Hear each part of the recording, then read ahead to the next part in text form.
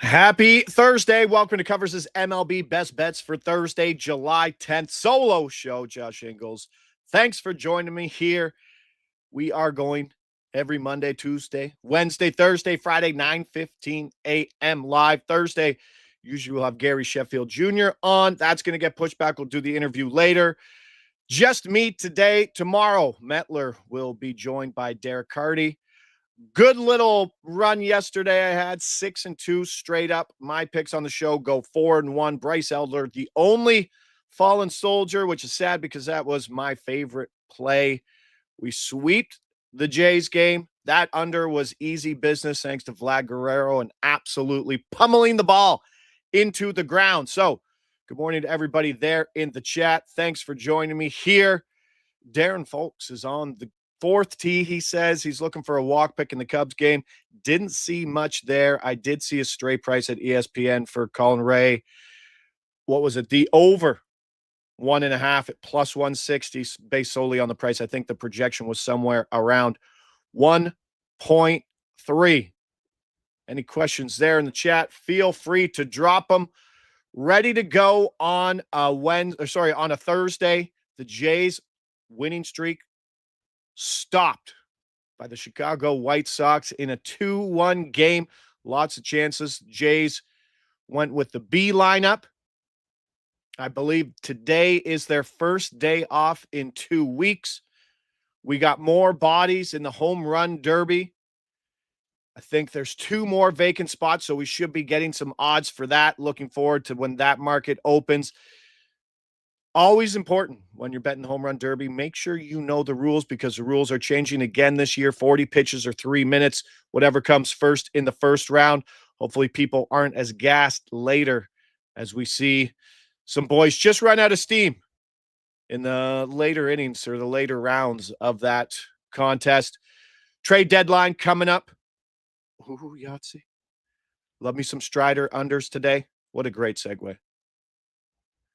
Where was I going with that? Something about the home runs. Oh, trade deadline coming up. That's what I was talking about. Let's go. Producer Mick on the buttons. I love it. Thank you, Yahtzee, for getting me right on track. Spencer Strider over 2.5 earned runs. You like the unders. This is basically an under anyway for a pitcher. We're fading them. Plus 105 on the over 2.5. The 17.5 outs was something I was really looking at. The strikeouts were a little juicy. 100 degrees. So if you're looking at it, and I'm sure that's the same angle Yahtzee was looking at, it's 100 degrees in Sacramento. It's going to be hot all weekend. It's the hottest temperature we've seen. We've seen the overs hit, I believe, in back-to-back games. It's 2 straight days and only getting one-way scoring. Strider coming off a season-high 100 pitches is probably one of my favorite angles looking at guys, especially in the heat. His under 17.5 outs, like I said, at plus money was a big thought. But after Bryce Elder didn't help us out much yesterday, I think I'm going to earned runs here. He's allowed 3+ earned runs, 2 of his last 3, and hopefully the added workload plus the heat can cut down on some efficiency from the right-hander who is making consecutive starts, is looking better. And the bat on the projection side of things, 16.8 outs and 2.7 earned runs. It's a game with a total of 10, so there's a lot to like in terms of run production. Strikeouts move from 8.5 to 7.5 under is plus 120 on DK. That's a good, let's see. Let me bring up the projections there on my side of things because that was the only thing keeping me off the 8.5 was the price that I was going to have to pay on that. So let's work some magic over here. Let's make sure we're getting some updated numbers. And let's get Strider in there. But I got to move this over. Working things solo is always a little trickier. Where are we for best price? Strikeouts we're seeing 7.5 at plus 120. So the projection on Strider for his strikeouts is about 7.7. So if you can get the plus 115, plus 120, 7.5, probably not a bad spot. Like I said, 7.7 projection. Derek has him projected for 93 pitches. But in my angle, I always do love that highest workload of the year losing some efficiency. So, ooh, Jared King, there's your number there. There's the best price on the board, under 7.5 plus 128. And we see, as always, when you see that plus 128, we know that that number is going to move. Loving Nats today with Michaelis on the mound. Yes, please. I love when we're in sync with the chat. I love it. And Nick Porto there in the chat, appreciate it. He was on that. Who was it? No, I always want to say Patrick Bailey for some dumb reason. Who was our over 1.5 walks yesterday that we got at plus 180 that moved from DraftKings, which was an absolute monster move, and obviously jumped back down to plus 125. Let me know there, Nick Porto. I know you hit it. Yeah, Bailey Falter. Thank you. That's who it was. Wrong Bailey. That was a good one. That was just a stray number coming out of nowhere. Michaelis, let's just get there, producer Mick. Let's go right to Miles Michaelis because we're talking about it. I don't know if that's the one we had lined up. Yeah, buddy. Yeah, buddy. Who doesn't love fading Miles Michaelis? And, like, where do you fade him on this spot? I was on the outs first, early. But then I'm like, nah, let's just go over 2.5 earned runs, minus 125. And like I said, who doesn't love fading Michaelis? Coming off a season high 103 pitches. So we have that same angle, that same edge with Strider in the spot. And the thing I like about Michaelis even more here is that this was a guy like Strider was up to like 94, 95 pitches. Michaelis was a guy who was averaging around 82 pitches per start, leading up to a 103 pitch game. And now he's going to be pitching in some heat. Now he's going to be pitching in some humidity. Winds blowing out slightly. Yes, it's Washington, but I like the under 17.5 outs. And the only reason I don't go to the under 17.5 outs for him is when he's bad, people like to swing early versus him. And it just shows you that they can see what he's throwing. They're not scared to wait and see pitches. They want to get on him early. And sometimes when you do that, you run into the idea that maybe you get 2 pitch at bats and he can get up to 68 pitches and he's at 15 outs. That one scares me, but the over 2.5, I think, is the better angle here. He's given up 10 hits and 8 runs in that game, in that last game. That is insane. They hung him out there to dry. 10 hits, 8 runs in that last game. He owns an 8.31 ERA over his last 5 starts. 11 home runs allowed. I think he gave up a 6-pack of long balls in that game. And they're just like, sorry, Miles, you got to eat it. You're the vet. Take it. And that's what it does. So big on the over 2.5. I don't usually play a lot of over 2.5s on the earned run market, but today is one of those days. Oh, Porto, he says, I was watching that game back to the Falter plus 160 or plus 180. Sorry. He walked the last batter. Amazing. Love that. Was a great 30 seconds for me. No comment after that. So many trash pitchers today. It's a funny slate. And we usually don't get that in terms of, and I like how you put Vasquez in there too. I think he's got a strikeout prop sitting at 2.5 today, which is an interesting spot. Before we get to the next one, producer Mick on the buttons today is, as always, let us know. I want to play a little favorite, least favorite. Give me any topic you want there in the chat. And producer Mick and myself will go favorite, least favorite. I know if you said chocolate bars, I know producer Mick would go right to Bounty. He's a huge Bounty and Big Turk guy. He's a Turkish Delight guy. I absolutely know that. But give me a topic. Favorite versus least favorite things. Somewhat reasonable, something that we can actually talk about. And we'll see when we get going. Fake news. No, he's a Bounty guy. Don't listen to him. He's scared to talk. We got to get producer Mick on the voice. Let's get to pick 3 here. We got the Strider over earned runs. We got the Michaelis earned runs. Let's keep the earned runs going. And why not Charlie Morton? Over 2.5 earned runs, minus 110. Probably buying this to minus 130. Why? It's Morton. We know that, but this is another favorite angle of mine. Betting on volume in pitchers in game 1 of a doubleheader, and that's what we got with Mets Baltimore today. Morton, Peterson, both going in that game 1. I mean, teams want to let those guys go a little more. You've seen it in other spots, especially if you get hit hard early. You're just like, no, guys, you need to get me at least 12 outs because we got 18 innings of relief here, 18 innings of pitching we got to suck up. So hopefully Charlie Morton stays out there a little longer than he deserves to be. And let's be honest, is Charlie Morton like a pitcher who should have a 2.76 ERA over his last 10 starts? Or is he more of that guy who had like an 8+ ERA over his first 6 starts? I think it's somewhere in the middle. I think there should be some regression here for a guy who's 42 years old, playing in a park today that 75% humidity. And Derek, as Derek always talks about, Camden says that maybe the hitting conditions aren't as priced in as they should be now that they've moved fence back. I know it's we're in July and maybe that should be, but he says that not so much. Yahtzee says favorite covers producer. A vet like Morton can eat some innings too. And that's where I like him, Smiley. It's a weird thing to be like, oh, okay, his earned runs he's just going to pitch bad. No, there's a difference between guys who can get out of trouble and just go 5 innings versus a guy who's getting out of trouble but needs to go 21 outs or something like that. So it's not just a straight stretch. There's lots of paths. Morton can regress to being a bad pitcher. Morton can give up home runs like we've seen. The guy can miss bats, but at the end of the day, this is a guy who hopefully has a 100-pitch leash and has to go. So there we go. Ryan S.A. -105 at Bet365. Mikey glove saves. I don't know if we can throw that up. Just give us any topic. Producer Mick is actually a very good movie aficionado. And before we get to the next pick, there we go. Producer Mick on what is, I know you're a horror movie guy, and this is going to be tough, but what is your favorite horror movie of all time? I'll give you a chance to think. On my side, I got to go Exorcist. The time that it was made, how long it stands up now. I mean, one of the only horror movies to get Academy Award nominations. Producer Mick, favorite horror movie, what is it, and why is it Jason X?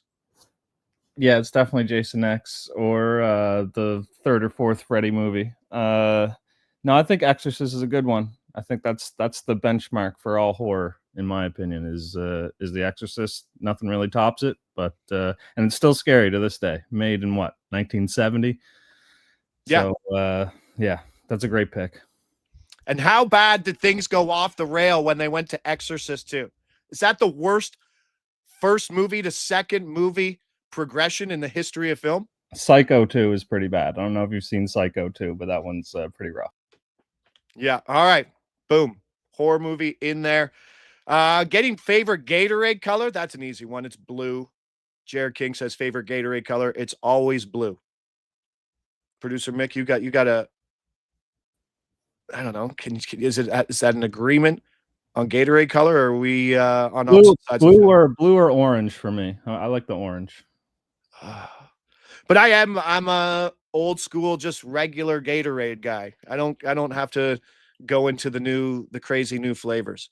I tried the other day because this is how old I'm. BioSteel. I took a drink of it and I'm like, this is the sugariest thing I've ever had in my life. 0 sugar. That doesn't make any sense to me, and it can't be good for you. You need to try a Prime. Just wait till you get a Prime, and yeah. I've had the Prime popsicle flavor one. That's it. I don't let my children drink it. It's awful. Have you had the messy drink?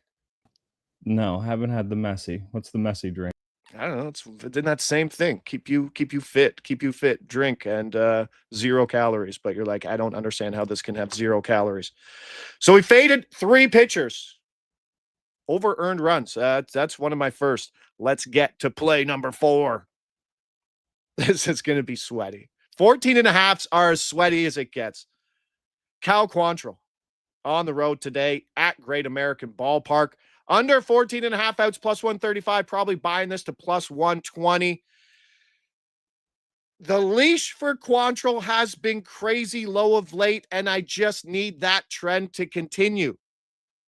Over his last 3 games, the guy's thrown 71, 87, 82, and 4 games, 74 pitches. And it's not like he's been bad.